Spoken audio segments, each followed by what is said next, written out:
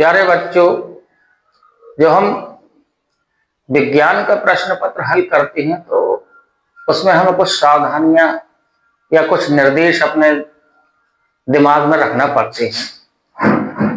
बहुत सारे बच्चे प्रश्न हल करते समय उन निर्देशों को भूल जाते हैं। जैसे जहां आवश्यक हो वहां चित्र बनाया जाए। जैसे मान लो प्रकाश के परावर्तन की परिभाषा पूछी गई और हम प्रकाश के परावर्तन की परिभाषा लिख दें, लेकिन अगर उसको हम रेखा चित्र के द्वारा यदि न स्पष्ट करें तो वो हमारा प्रश्न का उत्तर अधूरा रह जाता है। इस तरह से हमें ये ध्यान देना है कि अगर प्रश्न के उत्तर में हमें कहीं रेखा चित्र या चित्र की आवश्यकता है तो हम चित्र सहित उस प्रश्न के उत्तर को लिखने का प्रयास करें। दूसरी बात, कभी कभी हम बहुत सारे आंसर लिख देते हैं लेकिन हम उसके जो संख्यात्मक सवाल होते हैं उन संख्यात्मक सवालों के उत्तर में हम मात्रक नहीं लिखते हैं, तो मात्रक के कारण भी हमारा नंबर कट जाता है। जैसे मान लो लेंस की क्षमता का ऐसा ही मात्रक डायऑप्टर है और यदि हम आपके सवाल में आ गया कि कोई लेंस की फोकस दूरी इतनी है तो उस लेंस की क्षमता कितनी होगी, तो बच्चे आंसर तो निकाल लेते हैं लेकिन उसका मात्रक नहीं लिखते हैं। तो हमें ये ध्यान देना है कि इसका मात्रक सहित आंसर लिखना है।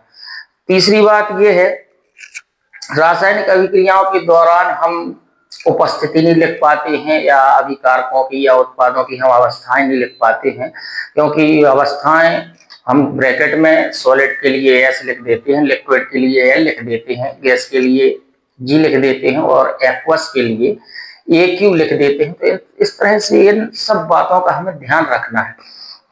और अंतिम महत्वपूर्ण बात यह है कि विज्ञान का पेपर जो रहता है वो हो सकता है, मान लो आपने पढ़ा कि कौन सी ऐसी धातु है जो द्रवावस्था में पाई जाती है, तो बच्चों को मालूम है कि मरकरी एक ऐसी धातु है जिसका संकेत Hg है, पारा एक ऐसी धातु है जो द्रवावस्था में पाई जाती है। लेकिन हो सकता है इसको ऐसा पूछ लिया जाए कि किस धातु को छोड़कर शेष धातुएं ठोस अवस्था में पाई जाती हैं, तो इसका आंसर भी Hg है। तो बच्चों से बनते हुए भी फिर वो कंफ्यूज हो जाते हैं। तो इस तरह से हमें पहले ये सोचना है कि आखिर प्रश्न क्या कह रहा है और हमें क्या इसका आंसर देना है। बच्चों को मालूम रहता है लेकिन भी प्रश्न पूछने के तरीके में फिर वो गुमराह हो जाते हैं, कंफ्यूज हो जाते हैं। तो इन सब बातों का हमें विशेष तौर से ध्यान रखना है और बड़ी सावधानी से प्रश्न को पढ़ना है। और फिर प्रश्न के उत्तर में हमें, अगर अति लघुत्तरीय है तो उसकी शब्द सीमा क्या होगी, लघुत्तरीय है तो उसकी शब्द सीमा क्या होगी, और दीर्घोत्तरीय प्रश्न है तो उसकी शब्द सीमा क्या होगी, इन सब बातों पर विचार करके हमें विज्ञान के प्रश्न पत्र को हल करना है। इसी आशा और शुभकामनाओं के साथ बहुत बहुत धन्यवाद और बेस्ट ऑफ लक।